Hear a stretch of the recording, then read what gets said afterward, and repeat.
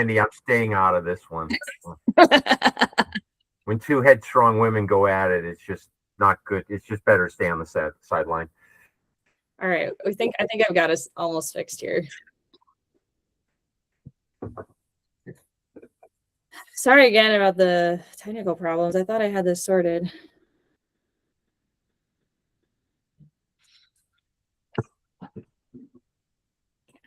I saw the fancy new editors roundtable page. That was looking good. Thank you. Yes, very spiffy. Thank you. I appreciate that. My goal is eventually for us to like legit be able to live stream, but unfortunately I am what do I want to call it? What is my technical ability? I'm an amateur technical person. Self-taught. I'm self-taught, and so I oftentimes do stuff like this where I accidentally kick everyone out of a meeting. So we'll be more put together once I get myself together. I'm so sorry, everyone. I just want to make sure that other people can get in via this link because this is one I sent out. You guys can debate craft books while I do this. All right, should be good. I just checked. I have my other. Hurry, somebody mute Randy. Where's it? There we go. Hey. All right, Randy's muted. Done.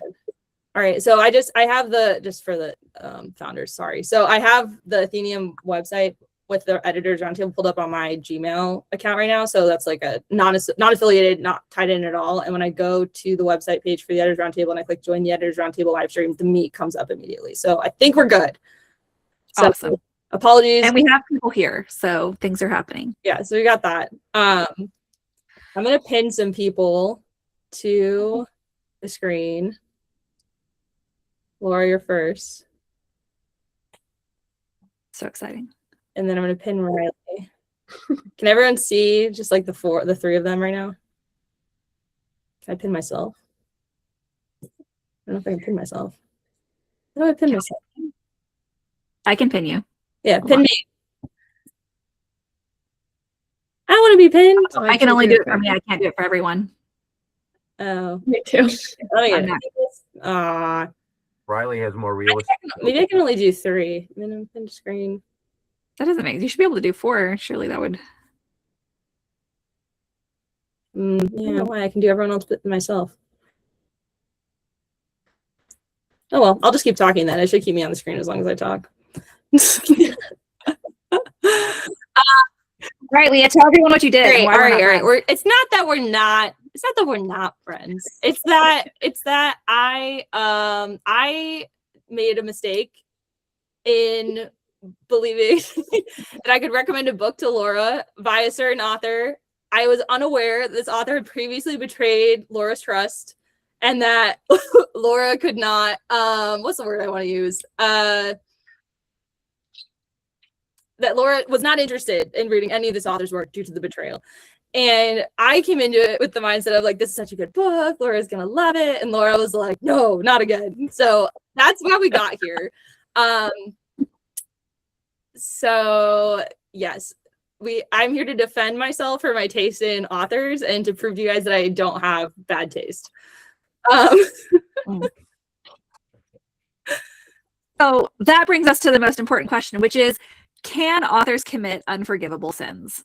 Like, what are things that can happen that an author can do in a book that you're like, that wasn't my favorite, but like, that's fine. I'll still keep reading you, versus you being like, no, that's unacceptable. Like, you're not forgiven. And I'm never reading anything that you write ever, ever, ever again. And so this author betrayal happened probably, I'm gonna say like 13 years ago. I'd have to check the publication date of the book. Anyway, it's a long-standing grudge. I will take it to my grave. And I'm not reading anything else by her ever again. I feel like people want to know who the author Veronica is. Roth. It's Veronica Roth. Riley, did you read Divergent? What did Veronica? Has anyone read the Divergent? I think I read them when I was younger, but I couldn't tell you much about them. Aside from the movies. Riley probably wasn't old enough to read them when they came out. And It was mostly my sister. Yeah. Riley was old enough to read when they came out, and she didn't read them afterward, which good for you, Riley, because you were not victimized by an author who just has a bad attitude, quite frankly. Anyway, What did she do? so in Divergent, okay, book 1, first person single narrator point of view. Book 2, first person single narrator point of view. Book 3, all of a sudden, for some reason, we're dual point of view from the person who's been the narrator the whole time and another person. And as soon she had a promo booklet that had like a few like spoiler snippets that were coming out that came out beforehand. And as soon as I saw that dual point of view, I was like, that bad word, she's going to kill the main character. She's going to kill the main character. And sure enough, she killed the main character. And no, it was uncalled for. It did not contribute to the plot. It was like, some characters, I think we talked about this, Leah, I don't know, I talked to somebody about this. Like there are some characters, you know what it was? It was water cooler.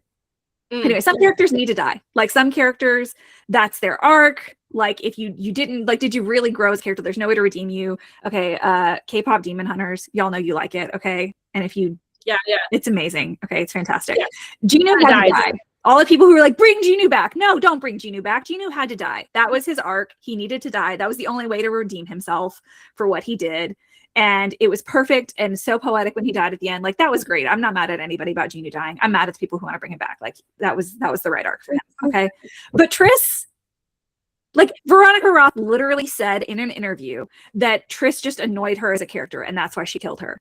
Yeah, so she has a pretty active Substack, which I did research on before this call because I was ready to defend myself. So, she talks a lot about how she looks back on Divergent, and she for a while, I guess, has had, from the points that Laura's made, you can probably guess why, but like massive criticism on the fact that she kills off her protagonist. And so she's like, for years, people have just been like showing up to my book events and being like, why'd you kill off your protagonist? Like, so she's apparently experienced a lot of shame about the Divergent trilogy. And as well, and like in one of her, she was just at a post like the 15-year anniversary, and she was talking about how like she went back and read the books and she was like, ooh, cringe, like these are not my best work kind of thing. But if you think about like where she was in her author journey when she wrote it, like it's her debut series, you know what I mean? So it like kind of makes sense. And I think it was both her debut and she was wildly popular. So she had the curse of like growing as a writer while being like very heavily scrutinized, especially by teen girls who are not always the nicest. So it's like this. I was an adult when I read that book. I'm not young enough to have been a teenager when it came out.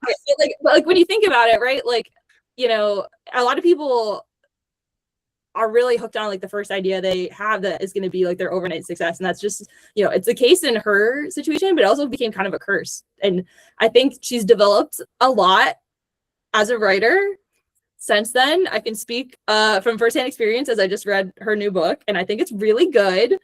And I'm going to try to convince Laura to read it. So that's we'll see. Anyway, the one thing I will say in a very small defense of Veronica Roth that I will say is that I do think that her editor did her dirty, because she should have been pulled back in edits on that. Yeah. She should have been pulled back in edits in that, and her editor didn't, and let that go forward. And you can see the backlash. Like people, and the thing is, she got a movie deal. They didn't finish the series for the movies because the third book got such negative reception, like universally negative reception. They canceled the rest of her movie deal and didn't finish making the movies. As something that was a really promising, like Divergent, like what an amazing debut novel. Like that is fantastic. And her editor allowed her to destroy her series that could have been great. Yeah. And I really do think that that's a disservice. And sometimes, like even great authors, I mean, I saw an interview somewhat recently, I mean, it's been months ago, but anyway, of Rebecca Yarros, the author of Fourth Wing, talking about how in the original draft of Iron Flame, Violet was the one who turned Venom. And she sent it to her editor, and her editor said, no, ma'am, we're not going to do that. Go change it. Yeah, I think that's a great point about thinking about like what publishing houses want at the end of the day, and it's to sell books. And I think they knew, because of how wildly popular the first two books were, that it did not matter what was written in book 3, and they just wanted to get it on the shelf and make a bunch of money. You know what I mean? And so this is part of the like pick who you work with carefully type thing, is like there can definitely be the emperor's not wearing any clothes situations in publishing. And as an author, like you can't afford to have advisors that aren't willing to tell you the truth. You know what I mean? Hey, can I share a quick one? Yeah. Are you all familiar with Terry Brooks? Yeah. Okay. I stopped reading Terry Brooks. I started with the Shannara, the Sword of the Shannara and all that. I was totally into the thing, the Elfstones and all that. It tore through those books. I read the Elfstones and Shannara in like one day. I was so enthralled with it. And then in later books, I think Terry Brooks wrote himself into a corner, because in one of the later books, the Al-Anon, the major, the Gandalf guy. Yeah, the Gandalf of that series. There was a point there where he was like ready to die, and he passed on his powers to his protege. And I said, no, you can't just pass on your powers. It doesn't work that way. I literally threw the book in the trash, and I've never read Terry Brooks ever since, because I think he wrote himself into a corner. He didn't know how to get on it. And maybe Leah's right. The publisher said, no, you got to keep this going. We got a big readership for this. And he just didn't know how to get himself out of it. And he just took a shortcut, just passed on the powers. And I said, no, doesn't work with me. And I swear to God, I've been tempted, but I said, no, he betrayed my trust in the world that he crafted, you know? Yeah. So this is part of the promises you make to your reader. And when you make those promises, they typically happen, you know, when we're making a book level promise, it's happening in the first act. But when you're making like a series level promise, it's happening in the first series, like the first book of the series. And if you don't withhold those rules all the way through, you can break readers' trust. And it's a reminder that like with every story element you lay in place, you are building like a house, and like you can't just go build walls in your front lawn. People are gonna see you like, why is there a wall on your front lawn, kind of thing. So you can't take out a what do you call it, a support beam. You can't take out a support beam or the house falls in. Great point. Love it. Love the analogy. Yeah. Krista put in the chat that failure of research bothers her. Yep. And I just finished a book, and it started off, I was so like the first 25-30% of this book was so good. It's a sports romance. I was just looking for like something light and quick and easy, because I've been using all of my mental energy on finishing up the blueprint stuff and working on all the rest of the training. And so I was like, I just want something that's not really mentally involving. It was great. It started off really promising, and then it went downhill from there, but also the research aspect. So it's a sports romance. Mm-hmm. The male main character was a professional rugby player who played for a professional rugby team in the United States. I'm pretty sure we don't have those. But in any case, even if we do, like I'm very much six. Oh, that's right, Randy, you Googled it because I complained to you about this. There are apparently 6 professional rugby teams in the United States, so they do actually exist. Anyway, at one point there's a game, and there's a comment about like somebody smacking somebody else on their helmet. And I was like, look, I don't watch helmets, but even I know there are no helmets, there are no pads, there's just the tiny little shorts. Like, that's it. That's all we have in rugby.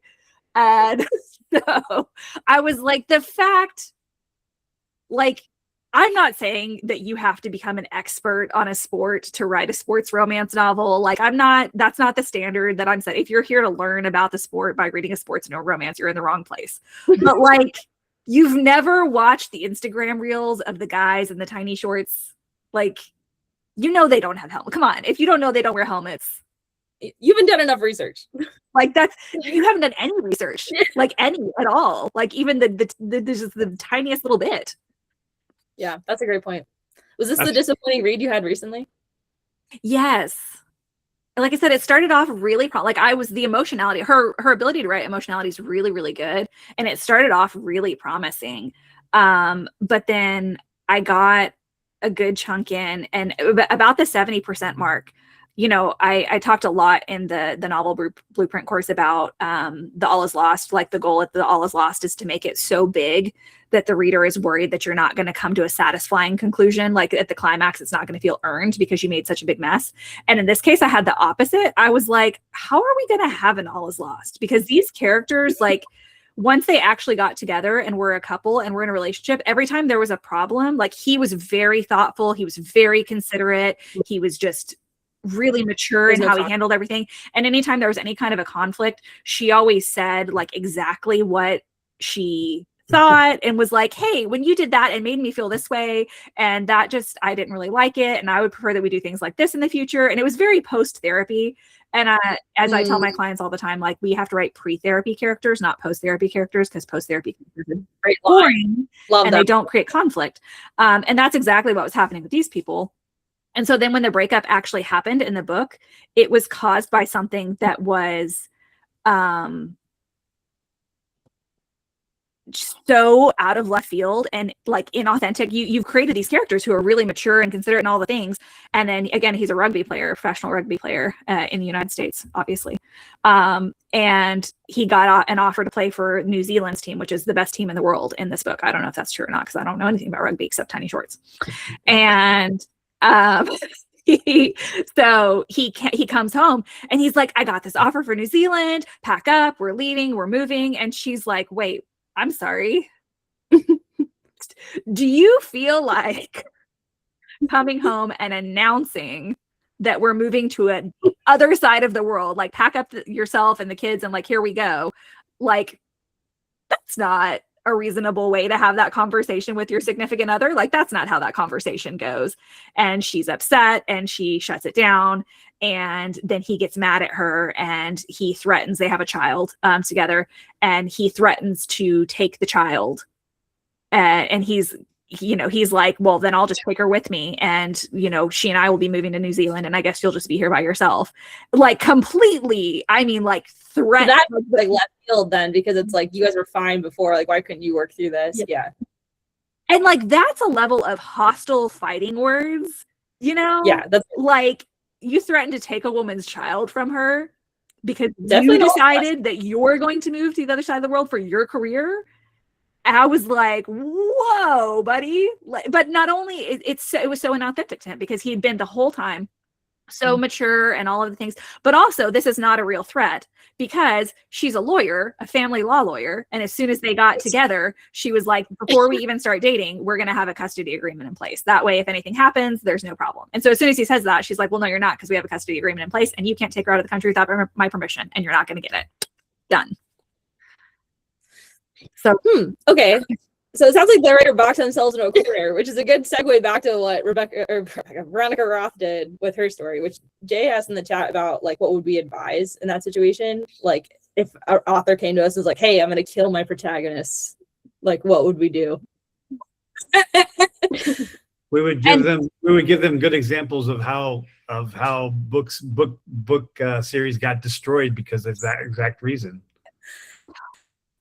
I mean, that's or what make do, it right? like I said, it has to be, the thing is it needs to be meaningful and it needs to be necessary for the character arc. And in the case of that character, I would have said that had to be set up in book 1, and I think about like Iron Man, right? At the end of Endgame, Tony Stark dies for the whole universe, right? To undo all of the things that Thanos did. In the first Avengers, he gets into that argument with Captain America, and Captain America says, calls him selfish and says, you're never the guy to lay down on the wire and let the other guy crawl across you. And Tony says, I think I just cut the wire. And he's like, always a way out, isn't there? You just always got a way out. And so that's the thing, right? Is Tony's selfish. And we see that, and that's set up in the very first in Iron Man, in his origin story. He's selfish. That's the whole reason that his company's weapons are being used by terrorists, is because he's too lazy and selfish to do what he needs to do and take responsibility for things. So he has to, in order to complete his character arc, he needs to perform the ultimate act of selflessness, which is dying for someone else, dying for everyone else in this case. And they load it because he has a daughter at that point too. So it's not just his own life that he's risking, It's his wife and his kid, and exactly. That who he's dying for them. Yeah. And so you get, but it's necessary, right? And that's set up from the very first moment that was, you see Tony Stark, he's blowing off this award ceremony so that he can go party and hang out with hot chicks and get drunk and whatever, you know, like. Yeah. Whereas like Triss in Divergent, like her whole arc is she chooses to be divergent because in that world it means to be brave, and she's not she's not that she's not brave. Like by making the choice, she is brave, and there's a lot of things about bravery in her arc. But by the end of book 3, it's not like she struggles with being brave anymore. Like she's already learned that lesson, so her death doesn't feel like she learned something by dying, kind of thing, or you know what I mean, that the reader got the payoff from it. So it's like that's why it's unsatisfying, because she writes essentially a tragedy, and it's like she dies at the expense of a lot of world building, and like the reason why she has to die is not that compelling. It's very her death is very nihilistic, which is not appropriate for YA, first of all. Also that genre appropriate. So, and I'm not arguing that Divergence of book series you should read, but I am going to argue that you should read Seek the Traitor's Son. So, okay, here's the setup. You ready? We open the story with, and it's a prophecy told by these people. We're in science fantasy, so it's a science fiction fantasy with space travel. And the prophecy is to the effect of like, there's 2 characters, one's the protagonist, one's the antagonist, and it's like, we can see the future. One of the 2 of you is going to lead your people to beat the other one in battle, right? They're like warring civilizations, but we can't see which one of you. So we're going to let you guys ask us 10 questions, and the answers of those 10 questions, like the questions you ask, will determine the outcome. And by the time we leave here, we'll know the outcome of how this is all going to play out, right? So they ask their 10 questions, everybody goes home, and the protagonist asks some questions. One of them is the future self, they're called augurs in this world, which is a very common like fantasy word for future telling people. She asks them like, how will I succeed? And they tell her that there'll be a man that comes and he will help her succeed. She's like, how will I recognize him? And they tell her, you will know him because you will fall in love with him, right? Problem, the protagonist is married to someone else who's clearly not the person that's supposed to help her satisfy the prophecy, right?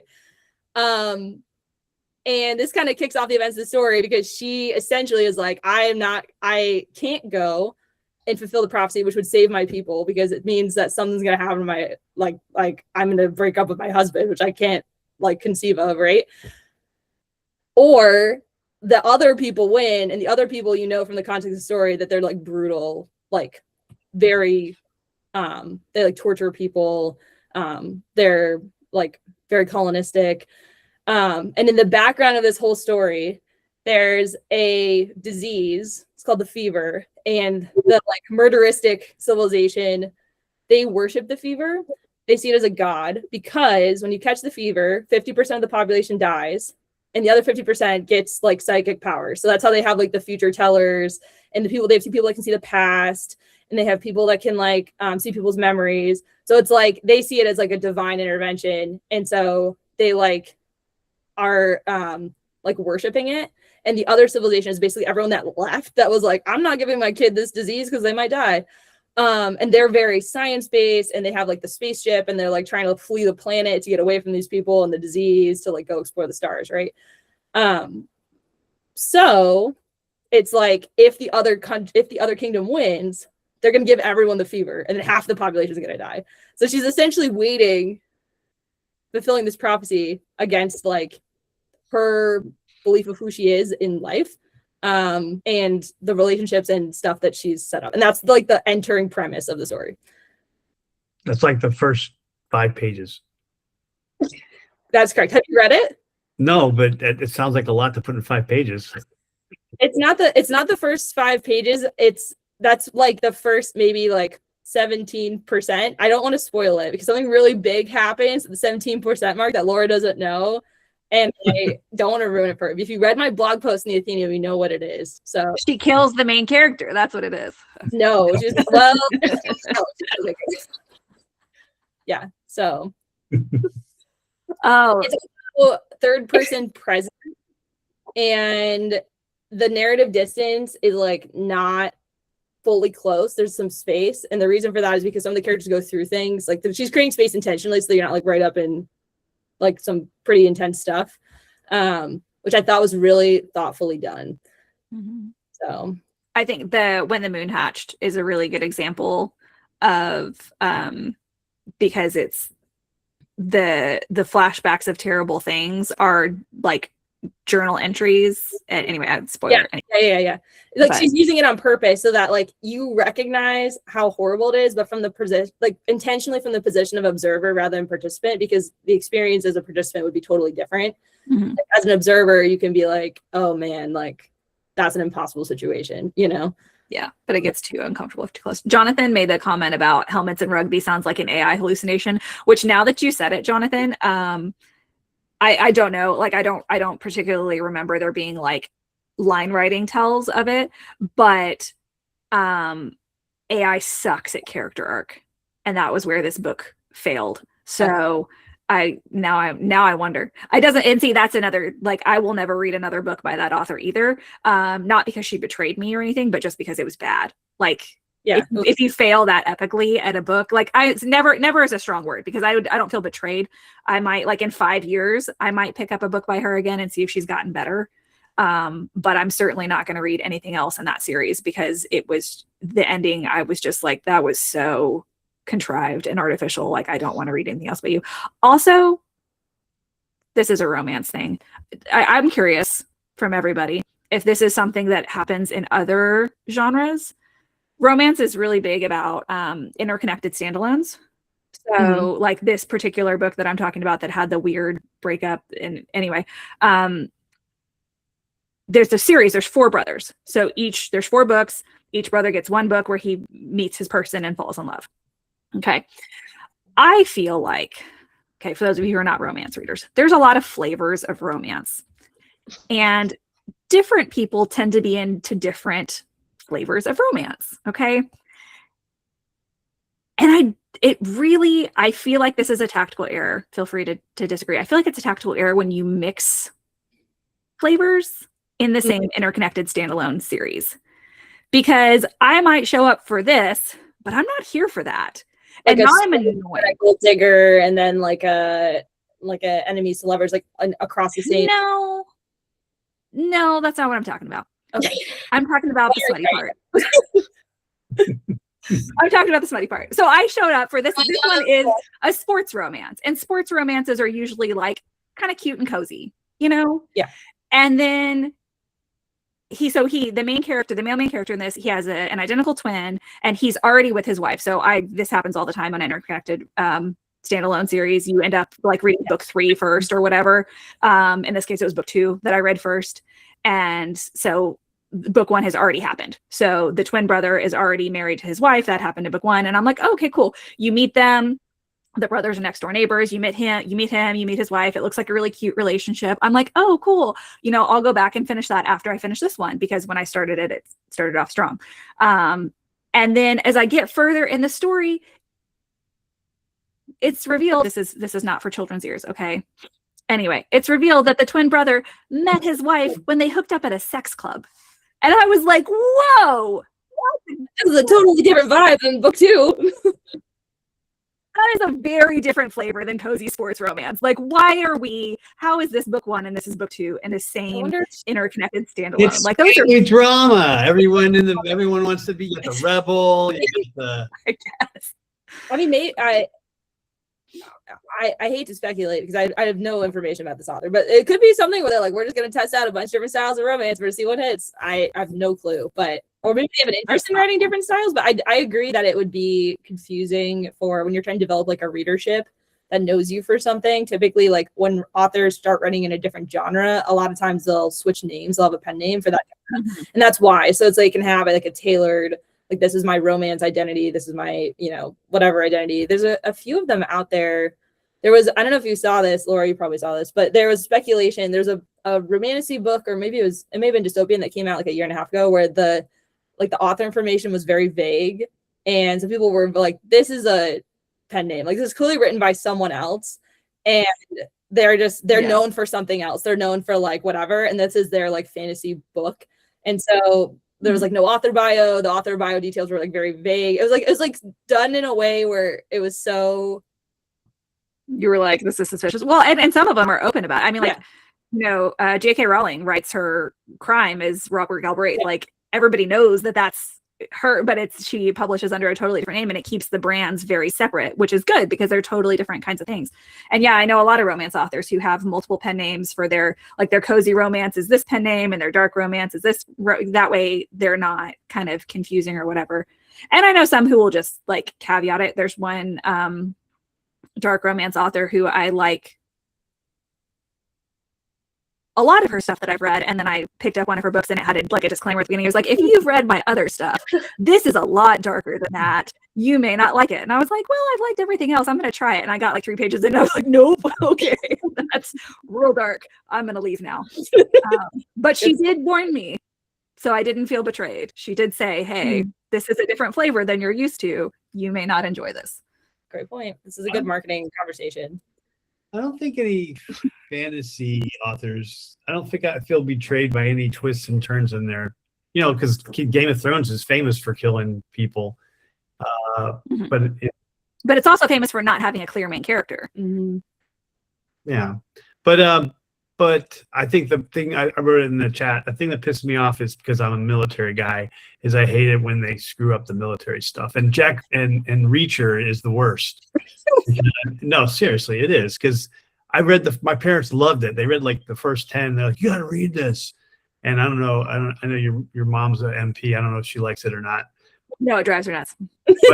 But you know, I read the first one. I was like, yeah, this is all right. And then I read an interview. He's like, oh, I want to make Reacher, you know, he's arresting SEALs and Rangers and Green Berets, so he's got to be the best shooter and the best at hand-to-hand combat. And I was like, what are you talking about? I was like, and then I only read one more, and it was him being the best sniper in the military. And the thing about that is the officers don't even go to sniper school because they got other things to do, like paperwork and lead and stuff. You know, why would you want an officer being a sniper? He's only going to have 2 years behind the gun before he's got to go do something behind some desk. And the enlisted guys are going to be out there for 10 years practicing. That's all they do. So anyway, to me, the military thing that really bugs me.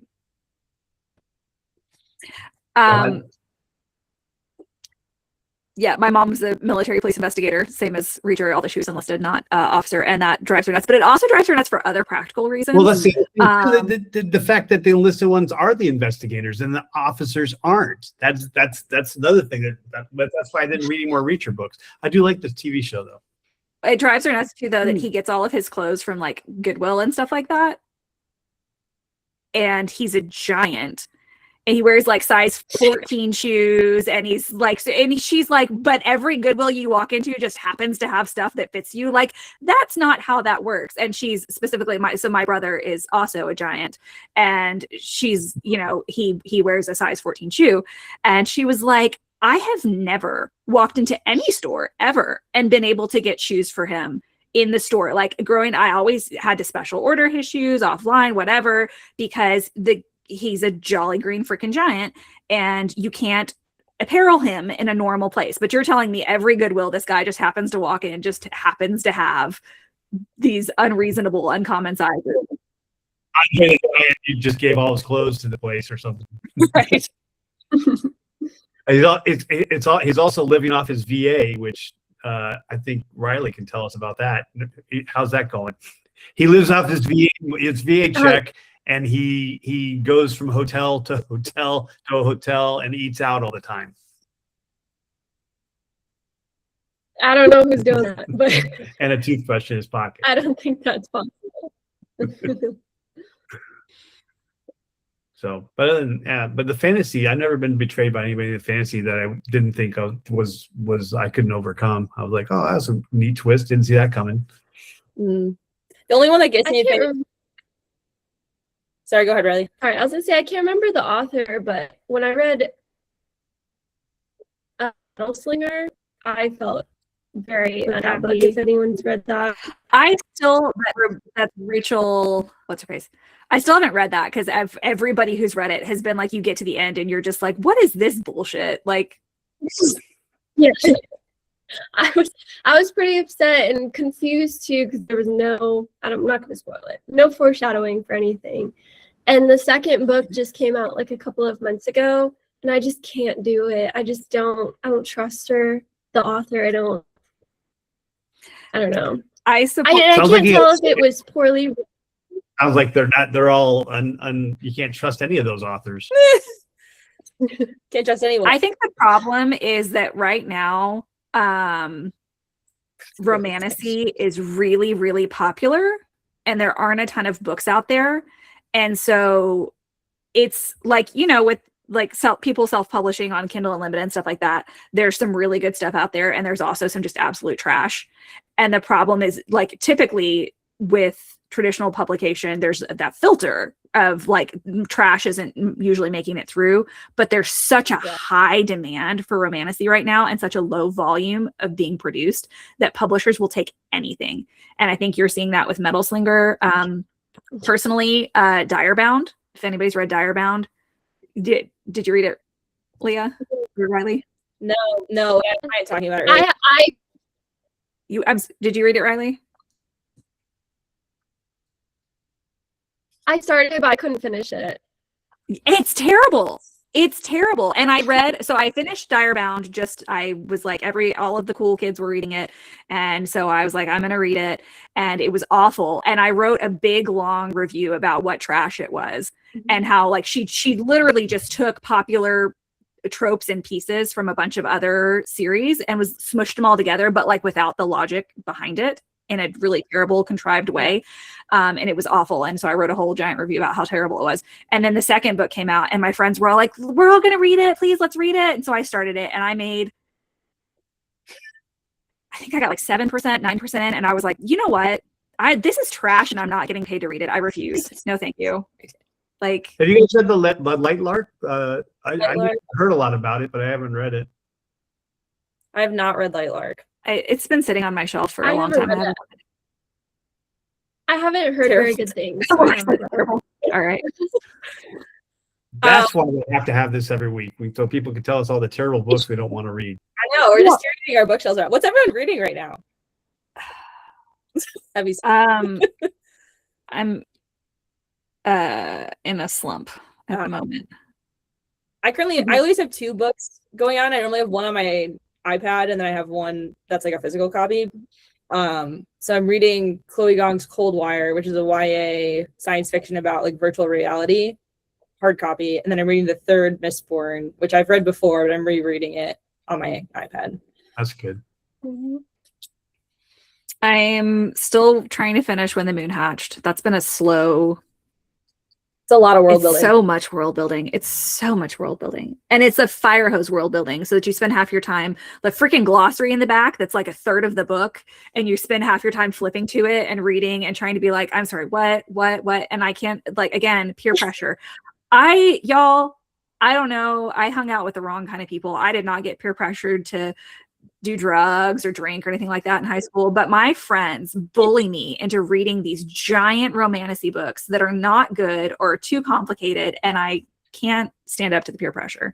So I'm still working my way through that. I'm still working on Impossible Creatures, which is a middle grade fantasy novel, and I'm working on the Anna Albertini Files, which is a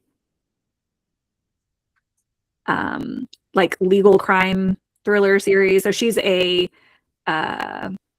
district attorney, like an assistant district attorney. Well, she was. She gets fired in the second book. So now she's a defense attorney because District attorney.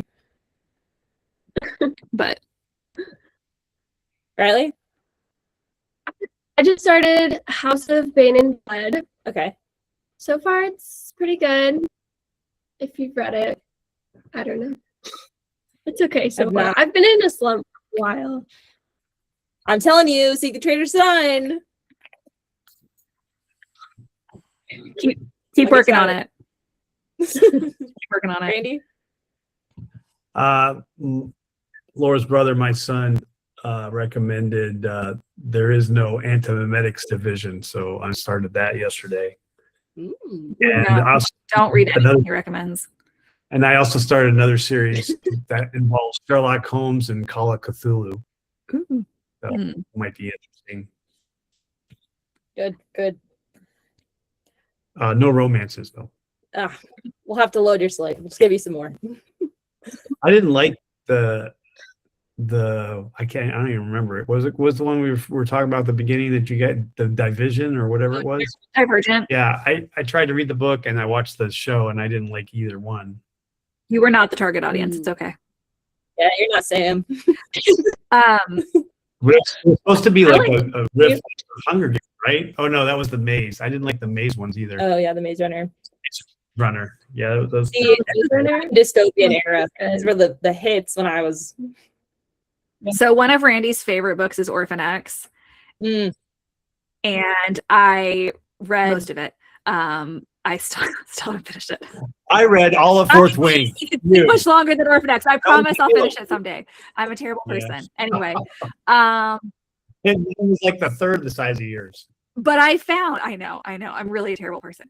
Anyway, there's this like mafia romance series that I mostly like. Again, it's interconnected standalones, and some of them are a different flavor, and you get into it and you're like, what are we doing here? This is weird. But I'm sorry, I'm not trying to shame anybody who enjoys it, but some of them are not the same flavor, and I'm like, that's not what I was here for. Yeah, it's not for you. But anyway, one of the books in the series, I read it shortly after Orphan X, and I was like, oh my gosh, the author 100% read Orphan X and was like, I could make this a romance novel. And she did, and it's great. It's way better than Orphan X. I tried to talk Randy into it, and he was like, no. Incredible. You know, only romances I like that I've read lately, when I was helping you research for when you were writing your book, was the Rebecca Yarros books. I read 3 of her military romance. They're cozy romances, I guess, and I like them all. They are really. They're contemporary. They're not cozy. She's a military spouse. She got all the military stuff right, I thought, and that was great. So for those who are looking for definitions, if you find yourself sobbing hysterically during a book, it is not cozy. No matter whether it's a cozy mystery or a cozy romance, if we're like, The kid died, but if we're dry heaving because we're crying so hard in a book, it is not cozy. they end up together. You're right. They do end up together in the end. Should we talk about craft books and get away from traumatizing, or craft books and traumatize you guys too? Okay. Boring. We'll see if Randy decides to throw shade. Okay, yeah. So we've been prompted to bring our favorite writing craft book that we recommend to authors to the call. So I have mine, but I don't want to go first. So someone's supposed to go first. I was rep mine, but I'll say it anyway. I think that the Story Grid book, for the global story, and also, you know, it has the inklings of the scene stuff in there, is a good all-round book on how to, you know, get your plot squared away. And it was made to self-edit. It wasn't made to like make your book go forward. So maybe doesn't fall under the craft book, description. But I wasn't given a description before this conversation, so I think that's what I started with, because I had my MFA and there was no craft books in my MFA. Were there any craft books in your MFA? Well, to be fair, for those of you who don't know, I'm an MFA dropout, so I didn't go all the way through my MFA. There's a lot of reasons as to why. Ultimately, I just felt like the MFA program was not giving me what I wanted, and if you're ever considering one, they're very geared towards literary fiction, which is not what I wanted to edit or write. I wanted to do genre fiction. With that being said, eventually, I think in the Athenaeum, I've got at least 2 colleagues outside of us who, one teaches at an MFA and one is a graduate. So if we wanted to do like a live, they'd be, I think, really good to have on because they have an interesting perspective. But we did have writing craft books in my MFA, but it was not the ones that I found to be actually useful. It's a lot of like old school writing craft stuff, which I just don't know if it's like it's appropriate for what the market is right now. You know what I mean? Like I found way more value in a lot of stuff that's newer, so to speak. Like mine, for example, is Story Genius. Which I like. I have it on my shelf too. Mhm. So, which is Lisa Cron's one of her 2 books. She has another one called Wired for Story. And her whole premise, if you've never picked up a Lisa Cron book, is that human beings' brains are wired for storytelling, and that they have been since like the dawn of time, right? That's like why stories have persisted through, centuries of, wired for story. Yeah, perfect. So her whole thing is like, well, we can figure out like what about stories, the brain, like how the brain processes them, how they like receive information from a story, the reaction it creates in a reader, and we can use that to our advantage when we're writing. We can write to the brain. If we write to the brain, then we can essentially tap into our audience with full control at any point. It's kind of like the premise of it. She has a lot of really great stuff in there, but the one like tip that I'll say here is the and so principle. I know different writing craft books have this in different versions, but she has, for her scene card examples, at the end of them, she tacks on this kind of like criteria where you ask yourself at the end of each scene, all right, so this happens in my scene, and so ... and then you insert what happens in the next scene. If you can't clearly connect what happens in one scene to the next one, then you don't have a cause and effect trajectory. And what happens is like, your characters they're in the bar, and then the next scene they're in like the hotel, and we don't know why the bar got us to the hotel. So the reader feels like it's like random events happening, versus if we know when he was at the bar, he got the tip for the hotel room that the guy was staying in that he's trying to find, and that directly leads to him ending up at the hotel. Now those things are linked together, and they're creating a clear trajectory of the story. So that's the one thing I would that I really think is important about this book, but there's tons of great writing advice in it. So that's my one for today. So I like that the and so principle. It started off when Jenny Nash was working with I can't remember his name, the coaching habit guy.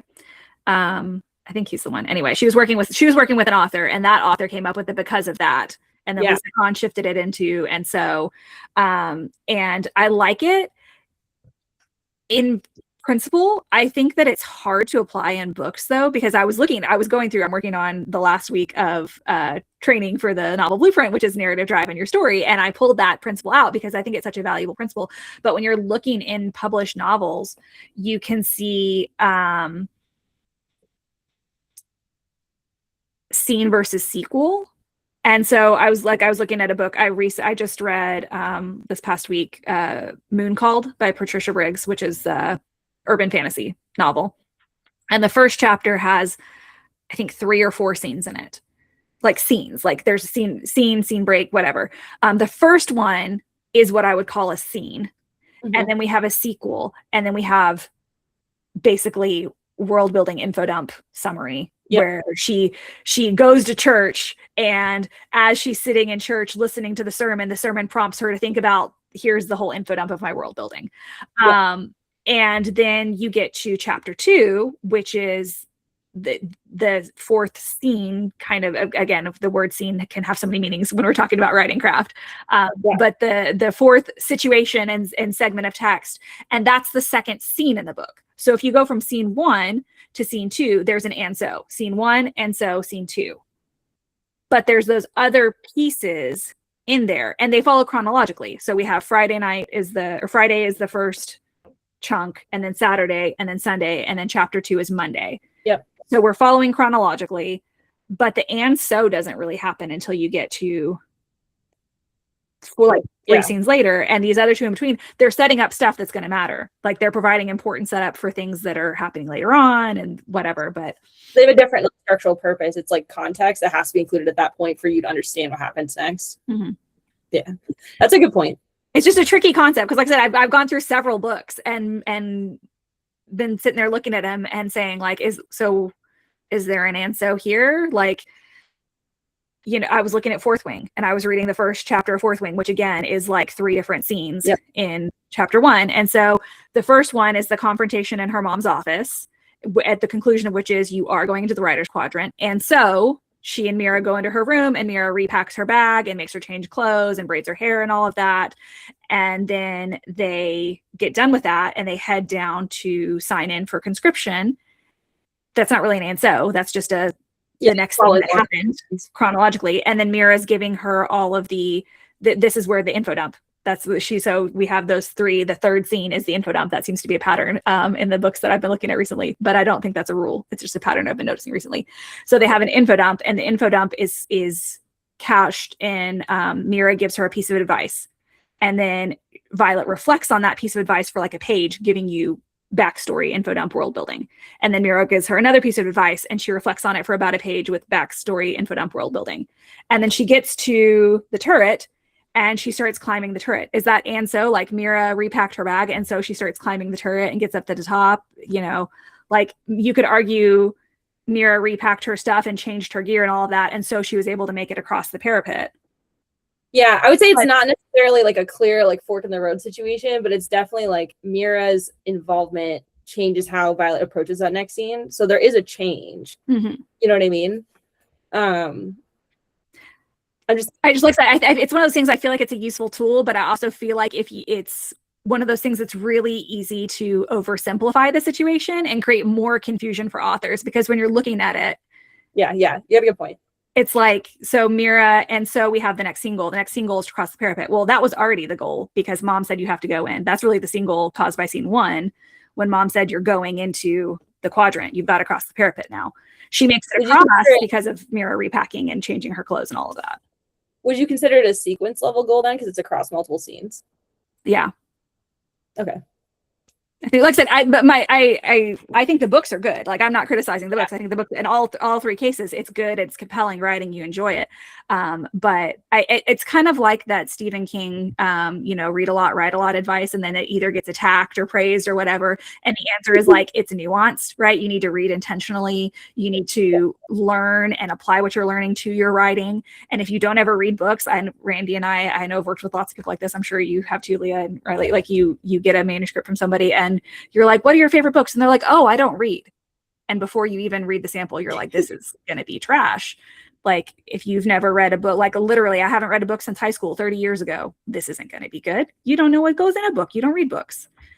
And, or, oh, I didn't write it myself. You like, AI wrote it for me. And you're like, okay. Like, if you're not reading and you're not writing, this is not going to go well. But also you can read one of my best friends, as she reads for the vibes, is how she puts it.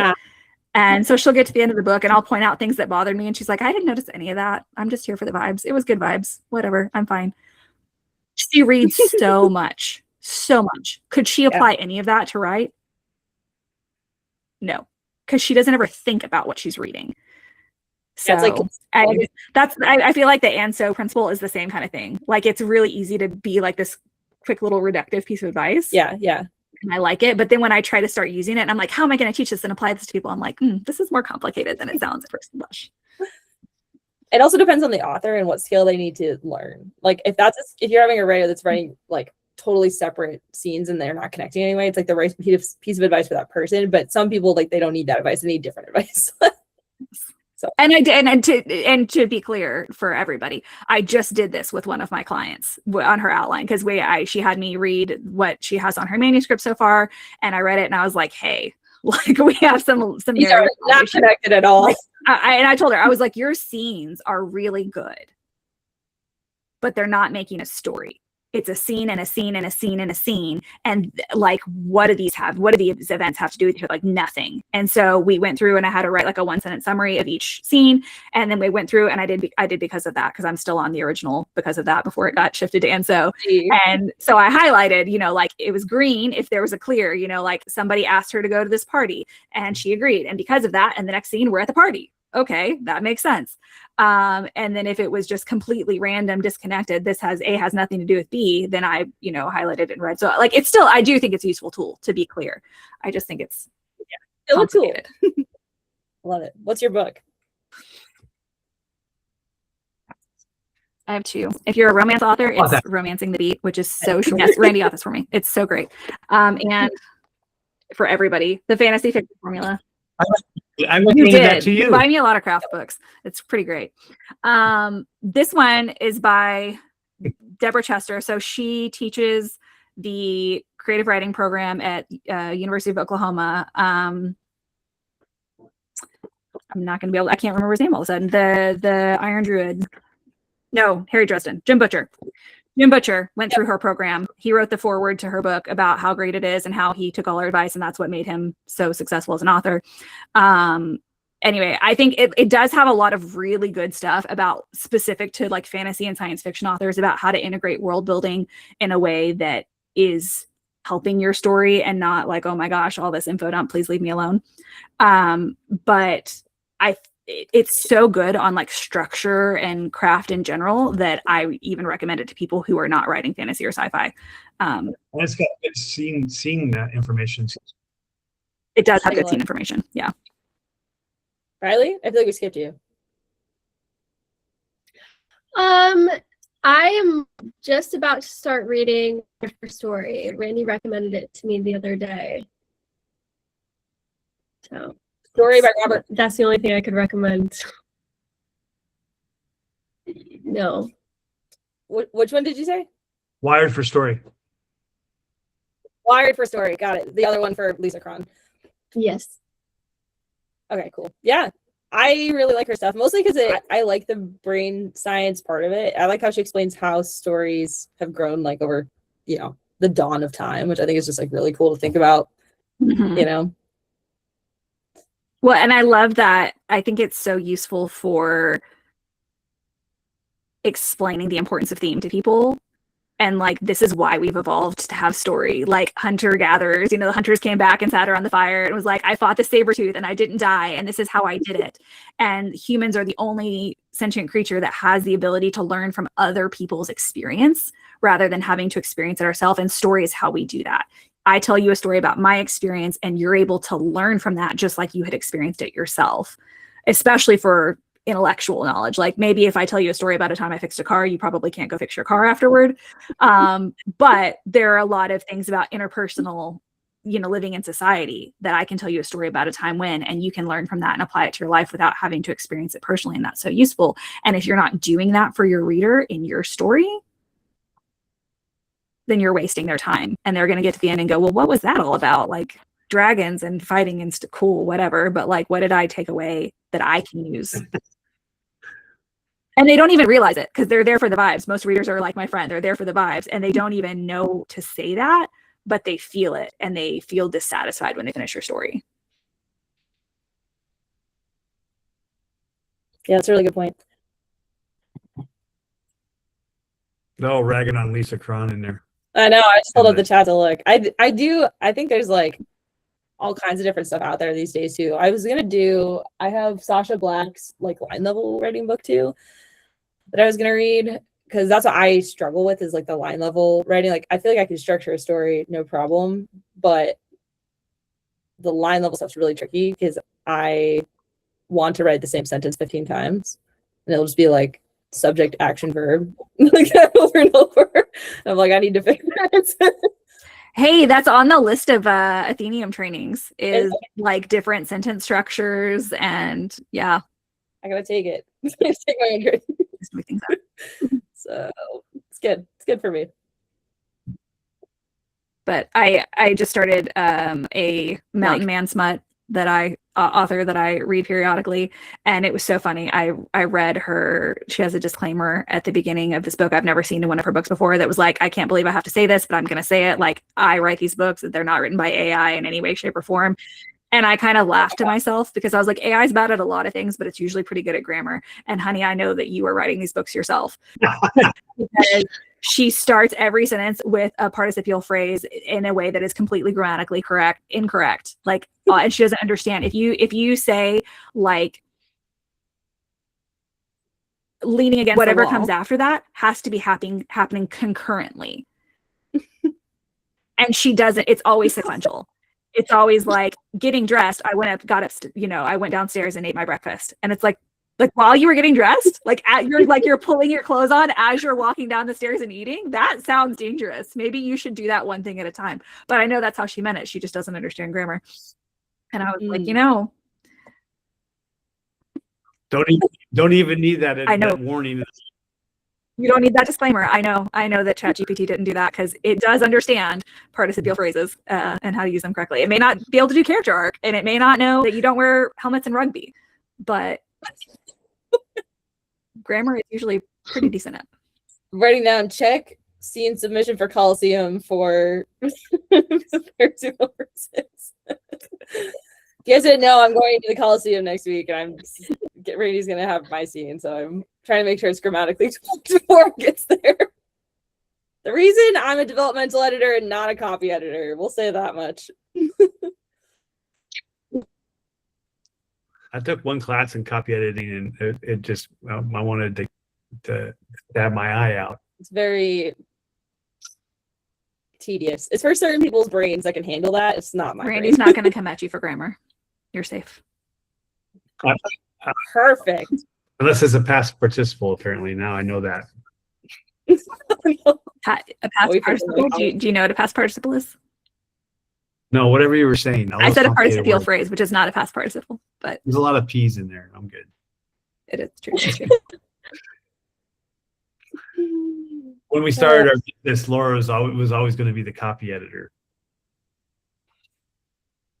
And then we just gave up. No more copy editing. I mean, here's the thing. Like I said, AI is actually good at copy editing. You can get yourself a pro writing aid subscription for $15 and make your book good enough to self-publish on Amazon that people are gonna be fine with that. No shade on copy editors. If you want to hire a copy editor, by all means. But really, copy editors are 90% and AI is like 90%. So you'd probably be almost the same. well, and you do have to click like on Pro Writing Aid or Grammarly or whatever. You do have to, because sometimes it's like this might be a problem, and you have to have the judgment to know if it's not a problem or not. But again, most of your readers aren't gonna know whether it's wrong or not. So as long as you don't do something, and the issue, and this is where copy editors are useful, is that most of the issues are not grammatical. Their intention, like infelicitous use of a word, where you use it's the correct part of speech, but that, as to quote Princess Bride, I do not think that means what you think that means. Yeah. Like, Yeah, I don't think the robots are very good at picking up that stuff. no, the robots are typically they're good at like there and your and things like that. But if you like, because sometimes it's a characterization thing, right? Or even little things like we talked about this with the immersive point of view and using specific words, right? If you describe a really big, tough male soldier character and you say he screamed, screaming is an effeminate word. But do you see that as line or copy though? For editing. It's like that's fine for me, right? Well, so when I copy edit, most copy editors consider implicitous usage to be but you're right, that would not be implicitous. That would be poor characterization. So you're right, that would probably fall into line editing. This is like we're splitting hairs here. Developmental at that point. Take it all the way back up. That's why I brought all the smart people in here, so I didn't have to use big words. While we argue about the difference between a copy and a line editor, like where does the edit fall? No, my husband is my favorite like implicitous usage person. He'll just pull out a big word out of nowhere, and I'm like, that's not what that means. Good try. That means something completely different. My children do it sometimes too. Not But they're experimenting with, language. Yeah. okay. My daughter's favorite word right now is precarious, and she's trying to figure out when it is appropriate, like when it fits and when it doesn't. I don't think I've ever used that word in my life. The first time we whipped it out, it was actually completely appropriate. Like my husband, we have a deep freeze in our, like a chest style deep freezer in our kitchen. And he set something down, like not fully on top of it. And she was like, that looks a little precarious, Dad. And I was like, ooh, look at you. And then the next time she used it, it was so completely different. And I was like, no. And so then we had to have a whole discussion because she was like, but why not? And so we had to have a whole discussion about like correct usage versus not. Feature. And she's still, again, we're still experimenting. So she'll just throw it into conversation and see when it pops out. Oh, thank you, Jonathan. Homeschool for the win. I had a homeschool. Anyway, I will not digress, but I had a mom situation the other day where it was like, do I like punch myself in the face or do I high five myself? Because I don't know. Like my boys were fighting over something. And then one of them, I was talking to him about it and sharing, and he was like, Mom, we have the right to life, liberty, and property, and that's my property, and I get to control what happens with my property, and I don't want him to use it. And I was like, Reciting the Constitution. Crazy. I went down like 17 different trails trying to resolve this in a way that didn't undermine our values in education. And finally, what I came to was it was an Xbox controller. And I was like, you know what? The electricity is my property. And your Xbox controller doesn't work without the electricity. And I get to decide who uses my property, the electricity. So quit being a jerk or you can't use my electricity anymore. Uno reverse. Love it. I feel like it was a Captain Fantastic moment. A Captain Fantastic moment? You ever see that movie? No. It's such a great movie. It's about these two very smart hippie-ish people that move their 5 or 6 kids out into the woods and away from the real world because they educate them. You told me about this, and then the 5-year-old comes up and starts like reciting the Constitution. And then the two like 16 and 17-year-old are like, what's the Bill of Rights? It's like, isn't it like a bill with like rights on it? Yeah, it was really good. Yeah. And then the person's like, oh, that's just rote memorization. And then he's like, no, explain what it means. And so then the kid starts breaking down what that means and applying it in context. And yeah, precarious. Same thing. That and my property. Mm. Excellent. All right. Is our roundtable over for the day? I think so. I think We've already I gone think like we've- 10 minutes past. Oh yeah. Before we say goodbye, I just wanted to thank everyone for coming. So thank you for everyone that came. And sorry about the technical difficulties. There was didn't add www dot to the start of a link that created the challenge. So we've been finding your way here after that issue. And we'll get more polished on the next one. So I mean, the only thing that needs polishing is just the link issue because all the rest of it is meant to be a little bit chaotic. Hopefully you enjoyed the chaos. If not, that's what we came here for. Story Genius was my book for the person. But yeah, we really appreciate you all coming, and we hope you found it useful or at least interesting and entertaining, if not useful. And now Laura and Leah are friends again. So Yeah, we're friends again. Except she hasn't said yet whether she's going to read the book. I still have not agreed to reading the book. Okay. Right. Well, just listen to the book. That way, you're only like you can use an hour of your life, and you're like, nope, not gonna do it. I might listen to the book. I'm listening to When the Moon Hatched. I have the digital and I have the audio, and I get bored every time I try to read the digital. So I've been doing the audio on that, and someday I will finish it. I like it. It's an endeavor. But then I'll like listen to it in the car, and this has got it's got some smutty spots. And why is this the rule that if you're listening to something that has smut in the car and then you pause it and turn it off and then you pick up your kids and then you turn on the car and it picks up on that spot, you're like, no. 21st century problems. Yeah. And the same thing happened to my friend with the same book where she was listening to it on her phone, like not using her earbuds, and she was making dinner and like she had chicken all over her hands and she's like cutting up raw chicken, and then her son walks in to the house because he just got home and she's like, how do I pause it? She's like trying to pause it with her elbow. And There's a lot of betrayal happening in your life is what I'm hearing. So you should give Veronica Robb a second chance. Or stop reading romance. Seems like they're not very trustworthy people, these authors, and then they're just causing family drama that's not necessary and a lot of stress. it's all true. It's all true. You read these fantasy action books that we love where everyone dies and there's no love. Definitely not traumatizing at all. I mean, the middle grade fantasy book I'm reading right now doesn't have those issues. You're right. We all should be But reading it's YA, this so. middle grade's even more tame. That's where babies come from. Oh, fantastic. All right. Thanks, everybody. Bye. Bye.